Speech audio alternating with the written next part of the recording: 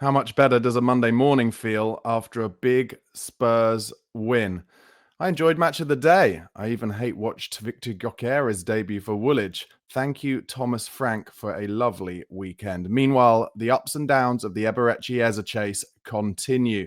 First, he wasn't going to play for Palace yesterday. Then he did play. And I can only speculate that Daniel Levy is doing Daniel Levy things, basically verbally agreeing on deals, then going back to ask if he can pay less money. But all reports suggest that it is close and that Eze will be a Tottenham player sometime this week. I'll bring you all the latest and the rest of the rumours on today's episode of Daily Tottenham Transfer News. Guys, thank you so much for watching and listening wherever you are. Please do press like on this video if you're on YouTube. Please do press that subscribe button. And also you'll see in the description box below a link to BigUp. That's where I'm doing all my watch-alongs and live interviews from here on in. So please do come to that and join me, and you can get involved live in the watch-alongs and the interviews, and you can come up on the video in live and ask me questions as we did during the watch-along against Burnley at the weekend. But let's get going with the Tottenham transfer news. I'll try and bring you all this in order, starting with Eberechi Eze, because it's been a long weekend of, like I said, ups and downs. The latest last night after the Crystal Palace draw that they got, a really good performance at Stamford Bridge. Oliver Glasner, their manager, came out and said that Eberechi Eze's release clause has now expired and that Palace are in control of the situation. I don't think that really massively changes things. Tottenham are not going to pay the release clause of £68 million. They're not going to go as high as that. All the reports on Saturday night were that £55 million plus add-ons is very close to being agreed. Oliver Glasner also did an interesting interview after the Palace-Chelsea game yesterday, where he said, as I always talk to my kids, as I always say to my kids, he said, don't believe everything you read on the internet. And he seems to feel like they have more kind of semblance of control over the situation. But don't forget, Oliver Glasner is highly aware that Crystal Palace are currently looking for a replacement for Eberechi Eze, and they don't want to kind of alert other clubs, even though it's far too late for that, I think. But he doesn't want to kind of openly and publicly alert other clubs that they have this money to spend, this kind of 60-odd million pounds to spend. So they're going for Harvey Elliott. They're going for El Khanous of Leicester, amongst others. And they want to, just like Spurs are trying to get the best deal for Eze, they want to get the best deal for their replacement as well. As I said, basically Saturday evening was really interesting because initially it was said that Eze was going to say his goodbyes to the Crystal Palace squad at the team hotel and then not play in the game against Chelsea. And then yesterday it was announced that he was playing against Chelsea, and Sky Sports, broke it and made it as their biggest story. But really, I think the important things are Sammy Merkbell, very reputable in the BBC, said Tottenham to accelerate move to sign Crystal Palace forward Eberechi Eze within the next 48 hours. Still work to be done, but positive developments and deal within reach.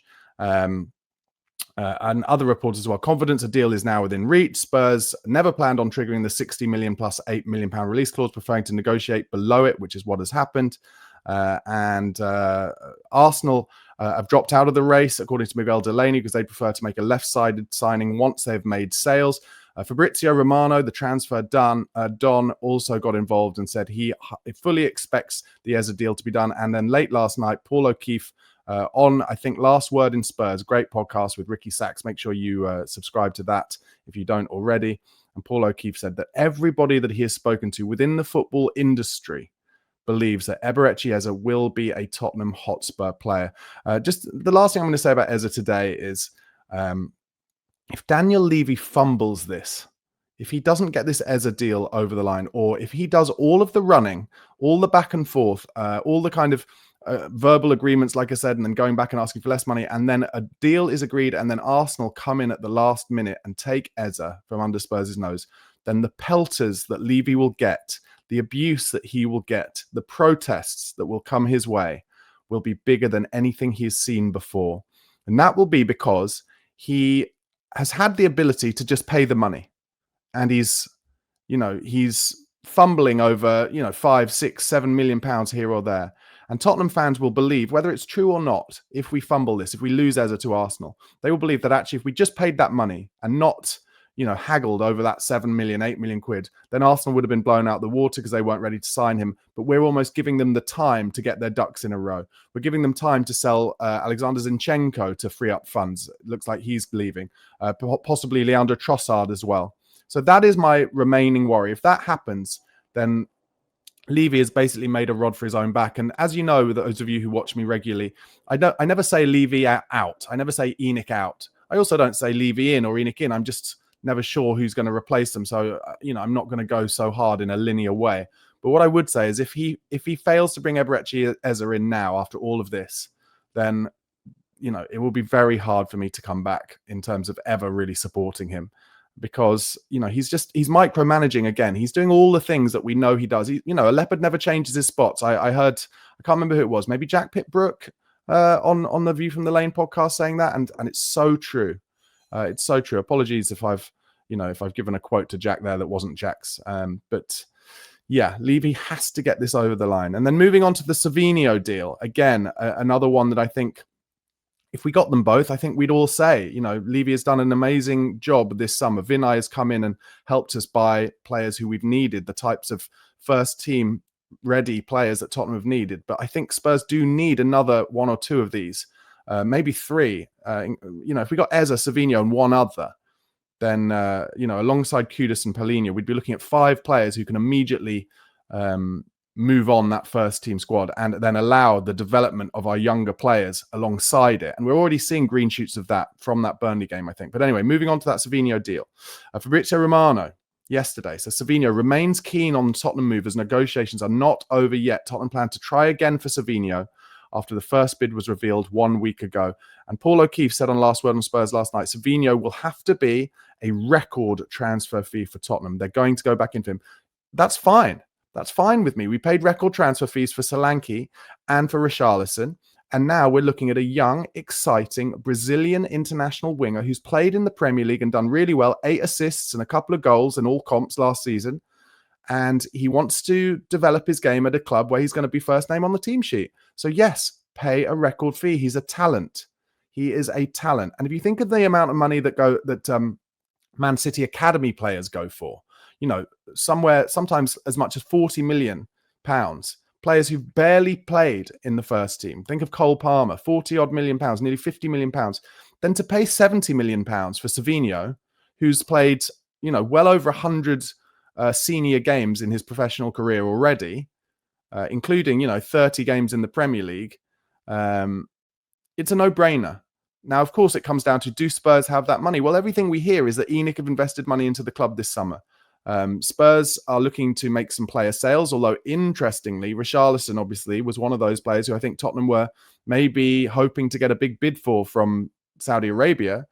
I don't think we're letting Richarlison go now. He's proving himself when fit, once again, when fit being the most important thing, to be a brilliant rotational option with Dominic Solanke. He played absolutely outstandingly on Saturday. And he's rightfully, one of the first names on the team sheet right now, but he has to stay fit. But I don't think we're going to be getting, £40 million in for Richarlison this summer now. So Tottenham are going to have to spend their own money. But all reports coming out of the club is that there is money to spend, potentially a new stadium sponsorship deal on the table. So I'm not surprised that Tottenham will have to pay a record fee. I think they should pay a record fee. And if they do, I think it'll get some of the, the vultures off Daniel Levy's back, some of the pressure off him. Report came out yesterday that Savinho has a clause in his contract with Manchester City which will see his wages doubled when he plays 100 games for them. However, he's not convinced that he'll get enough opportunities this season and is considering a move to Tottenham in a bid to boost his earnings immediately. For those of you who didn't see, of course, on Friday, Pep Guardiola said that Savinho is injured and is going to be out for the next 2 weeks, coincidentally, which coincides with the remainder of the transfer window. However, the next morning, Savinho posts a picture of him in the gym. Admittedly, it didn't show him running, so he could still have kind of a muscle injury or something, but I think it was quite timely released, if that is a word, timely, to say, actually, I'm not injured. I just want to get my move. Fabrizio Romano also went on to say that Manchester City are still thinking of Rodrigo as a main target if Savinho ends up leaving and joining Spurs, as revealed days ago, Man City want to try for the Brazilian star, but only if Savinho leaves. They don't want Akliouche from Monaco. They don't want Xavi Simons of RB Leipzig. Rodrigo is the one name that they're interested in internally. So, there is a domino effect there, potentially. That can benefit Tottenham and can benefit Manchester City. And I said it before, and I'll say it again. Pep Guardiola, you've got to give him credit. If a player does want to leave, shows interest in leaving, then he doesn't stand in their way. So if Savinho really pushes, and all the reports are that his agents are now over in Britain trying to negotiate this deal, or help grease the wheels to negotiate the deal. So if the deal is done, I think Savinho will come, but let's see what happens. This one, I feel like the Savinho one could push further into the window maybe. I don't think Manchester City are in any rush to get him out the door, and also they obviously have to negotiate with Real Madrid for Rodrigo, and at the moment they're also in talks, aren't they, with Donnarumma. Although James Trafford did really well for them at the weekend, so I'm not sure they should really go in and get a huge ego like Donnarumma, but who knows. Okay, more transfer stories over the weekend. That Spurs' third big target is Bayer Leverkusen defender Piero Hincapié, the Ecuadorian defender, seen as a very exciting talent who could play centre-back or left-sided on the left side for Tottenham's back four or back five, of course. We're looking for another centre-back because I think Thomas Frank is keen to play that kind of three at the back system when we go up against the bigger teams. I think when we go to the Etihad this weekend, Saturday lunchtime, it's like we will play three at the back and Danso will come in. But once Danso and Van der Ven and Romero playing, if any of them get injured, we are then at Ben Davis and Luka Vuskovic. And I think they want to get Luka Vuskovic a loan deal, so they want to bring in another senior centre-back. That's why we're interested in Hincapié. However, reports this morning that despite Premier League clubs, including Spurs' appreciation, Bayer Leverkusen see Hincapié as a key part of their project. They have no intention to sell the Ecuadorian defender, and he's seen as a crucial player by Erik ten Hag. However, all the rumours over the weekend were that he has a release clause that lasts all of this summer. It's about 60 million euros. So would Spurs be willing to pay, 60 million quid on Eze, potentially 70 million quid on Savinho, and then another 50 million pounds on Hincapié? That would be a huge outlay for this summer if you include the Kudus deal, and that would be something that I think Spurs fans would have to hold their hands up and say, well, fair play, Daniel Levy, you've put your money where your mouth is this summer. And for me, that would be, along with Takai on top of that, that would be a pretty incredible summer transfer window. But I will say, there's an element, isn't there, that it feels like we get here every summer where it looks, there's one point where it looks like maybe we're going to get what we feel we deserve as Tottenham fans. And then in the end, it doesn't quite happen. And maybe we get one of the players and we feel like we're a couple of players light. So let's hope that doesn't happen. Also reports that Spurs are considering a move once again for a player who's been on their list for a long time. Real Sociedad winger Takefusa Kubo. Very exciting young wing wizard. Sociedad are prepared to sanction his sale if a club goes to at least 70 million euros, so 60 million pounds for the Japanese winger. Everton have been looking at him this summer as well. Everton have obviously just got Jack Grealish in, so maybe as he's a left-sided winger, that's kind of dropped off a little bit. Let's see what happens. Obviously, if Savio doesn't happen, maybe that's where Spurs would move to. But for me, Savinho is a more polished and exciting young talent. That's probably where I'd go first. But let me know what you think in the comments. What do you think of Kubo? He's obviously someone that Spurs have really liked and have him on their list. Also report this weekend that Spurs hold an interest in Morgan Rogers. Now, for me, that is one that would be an unbelievably exciting signing, but I'm not sure, why he would leave Aston Villa at this point for Tottenham, unless Villa needed real money through the door. And obviously, they just sold Jacob Ramsey to Newcastle, so I'm not sure why they would. Also, I think Spurs would probably they'd have to pay a lot of money for Morgan Rogers, looking at north of 80 million pounds. So I don't doubt that we're interested in him. I don't see many clubs who aren't interested in him, but Morgan Rogers to Spurs, I would be unbelievably surprised. And if that did happen, then I'd be like, okay, Tottenham really do have money to spend. They really are looking to do bigger and better things. Also reports this weekend that Palace, Spurs and Newcastle all want to sign Conor Gallagher from Atletico Madrid. Again, another player who's been on Tottenham's list, obviously ticks all of the data boxes. He's a workhorse. All three sides, according to these reports in Spain, willing to meet the 50 million euro price tag. Gallagher had a great start at Atletico Madrid under Diego Simeone last year, but then dropped off a little bit and became a bit in and out of the side. This is one, again, that now would surprise me for Spurs. I don't think this is likely now that we've got Palhinha in. Archie Gray, obviously, being developed by Thomas Frank already. He showed his best performance in a Premier League game for Spurs in central midfield against Burnley. I thought he was excellent, really grew into that game. And there were some good little compilation clips of him online from that game. If you haven't seen them, can recommend. So I'd be very surprised at that. If Conor Gallagher came in, I feel like that would probably block a little bit of pathway for Archie Gray and maybe Lucas Bergvall as well, who also did well at the weekend. But let's see. I mean, the key thing at this point is I trust Thomas Frank, and if he feels he needs experience to also help bring on those players and kind of blood them a little more sporadically, then, you know, I would trust him. But 40 million quid for Conor Gallagher right now, when we're looking at these other players, seems a little bit unlikely. And then an interesting report over the weekend as well. Spurs have joined Man United and Liverpool apparently in the race to sign Nathan Collins from Brentford. He's a centre-back. Brentford obviously have no need to sell now that they've sold Mbeumo and a few others this summer, and Visser is going to leave as well, probably to Newcastle. So that's an interesting one. Let's see. I mean, it makes sense that Thomas Frank would want to go back to Brentford to get in a centre half, maybe. But I don't know. There's always the Premier League to Premier League club tax, and you'd probably be looking at paying somewhere similar to what you'd pay for Hincapie in the end. So maybe Hincapie would be further up the list. All right, guys, before I go into some more of the Tottenham news, once again, thank you so much for watching and listening wherever you are. Please press like if you're on YouTube. Do subscribe to the channel for daily Tottenham Hotspur transfer news. Press that notification bell so you get a notification whenever I drop my content. And once again, guys, please do come and join my community over on BigUp. The details are in the description box below. That is where I'm doing all the watch-alongs to Tottenham games this season, as well as all my live interviews with other Spurs content creators. So do come and join the community. We had a great watch-along against Burnley, and maybe superstitiously, you come and join us for the watch-alongs on BigUp, and we win 3-0 every week.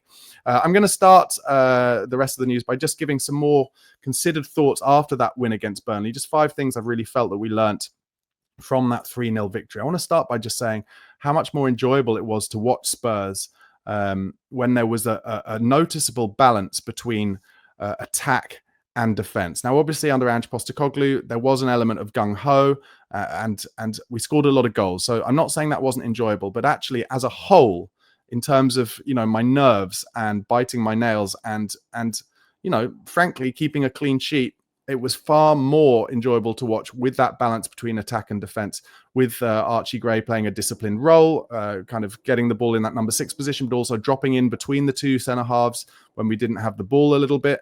And yes, we're only playing Burnley, but I do feel this season it is going to be less nerve shredding to watch Tottenham Hotspur, and that's something Thomas Frank has brought in. Secondly, I really feel like Thomas Frank's communication is working already. He's clearly a manager who likes the carrot rather than the stick, likes to put his arm around the shoulder of players. And I think the way you look at how Richarlison played in these last 2 games, both the Super Cup final and Brentford, I think is a great example. It's not only that he scored those goals, which, you know, he did score goals under Ange Postecoglou. He's a streaky player. When he goes on a run, he's excellent. Don't forget that period of kind of 10 games or so last season, including that great goal he scored at Everton. He can go on streaks, but it's actually his hold-up play that I think is more telling. His hold-up play in the last 2 games has been better than I've ever seen it at Tottenham Hotspur. So he's not just kind of running about aimlessly. He seems to be making really informed decisions on the pitch. And I think that kind of arm around the shoulder communication, one-on-one communication that Thomas Frank is giving him, and I'm just using him as an example because I see it from players all over the pitch, he's already showing signs of development. And I think that is something that Thomas Frank is bringing in, along with Justin Cochran and his staff, at just a real kind of more modern, I'm going to talk to these players. I'm going to tell them how good they are. You saw it when the players came off the pitch. Again, Richarlison, all those players who came off to be replaced as substitutes. Thomas Frank kind of literally getting in their faces and not only just saying well done, but almost there was an element of him saying to them, I told you how good you are. I told you what you can bring to this team. And he's going to kind of batter the doubts away from these players with his kind of positive mental attitude. And I'm here for it. The third thing is, and again, another thing that I'm excited about, I just don't think Spurs are going to concede the first goal in games as much this season. It's something that we just saw so much under Ange Postecoglou. There was a mad stat about it at one point, wasn't there? And I think just Tottenham are going to be so much harder to score against that is going to allow us to not go in and not kind of find ourselves in the middle of games chasing it. And that, I think, is why we lost so many of those games last season against teams below us. Obviously, the injuries as well. Let's not forget about the injuries. But as I've always said, I do think that the way that Ange trained them and made them kind of, in his words, you know, we never stop in the games. I think that basically fatigued their muscles and led to some of those injuries. But also just a little bit more pragmatism, making us harder to score against, is going to mean that we're more likely to score the first goal, and then teams are going to have to chase us. And remember that thing I was saying all last season during watch-alongs. If you follow my watch-alongs, I would say it all the time when we were losing. I'd be like, It's so easy for opposition teams against Spurs. You just score the first goal and then you stodge up the game. You make it difficult, commit loads of little petty fouls, get in Tottenham's faces, wind them up, and we didn't know how to deal with it.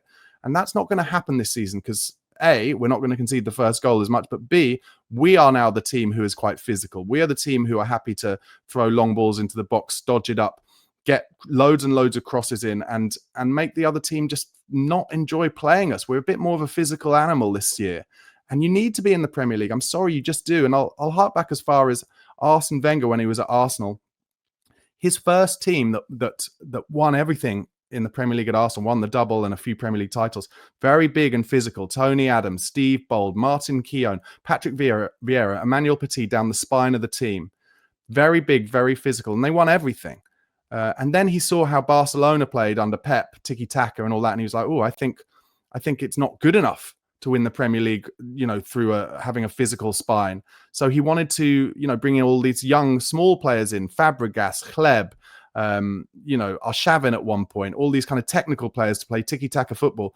And it didn't work because you can't just solely have technically brilliant players to do well in the Premier League. You need an element of physicality as well because the tempo is so high, because there's just so many 50-50 balls, so many players who are just playing for their lives and screaming into tackles. You need that physicality. And in bringing in Paulinho, Kudus is a big physical lump. He draws 4 players to him sometimes and then knocks it off and allows space for other people. And all of the signings that I think we're looking to make at the moment this summer at Spurs tend to be kind of players with some physicality about them. And I think that is something that Thomas Frank realizes and has realized from his time at Brentford. And I'm here for it. I think it's going to make Spurs a much better team. And it harks back to when Pochettino had our best team of the modern era. They were an animal as well. They were hard to beat. They were big guys. Think about Eric Dyer. Think about Toby Alderweireld, Carl Walker, Danny Rose, big guys down the spine, Wanyama, Dembele, big guys. And even if you look in the forward line, Lamela and Dele Alli, not necessarily big guys in stature, but happy to put a foot in, happy to get involved in a 50-50, get in a scrap. And Harry Kane, a big guy as well. So I think Thomas Frank has realized that, and I think Spurs are going to benefit from it. I mentioned it a little bit earlier, but I'll say it again. Our players under Thomas Frank already showing signs of being developed. This is a big thing we wanted. It's a big thing that, according to Frank, Levy and Vinay and Johan were looking for in their next manager, a player who can not only can improve the style and the formation of what's going on the pitch, but also develop the players, not just the young players, but the players who are already at the club as well in their mid-20s. And I'm seeing signs already. I've said it already, but amazing. And then the last thing, because I don't want to see, I don't want to wipe out the history of Tottenham and Big Ange and everything he did at the club. Ange Postecoglou has left Thomas Frank an incredible basis at Spurs to push on from. And I just want to thank Ange Postecoglou. Listen, I know it's only been one game, but I'm seeing so many green shoots from both the win against Burnley and also the Super Cup final that, I want to thank Ange Postecoglou for leaving Tottenham's squad in such a good place to be then pushed on by the next manager. All right, let's just go into some of the quotes from after the game. Thomas Frank on the win, he said it was the perfect start, winning 3-0 against Burnley. Perfect start or dream start. We all know, though, that we need to follow up on it. Today, I'll just enjoy it, and I hope that the players, the club, and the fans enjoy it because that is important.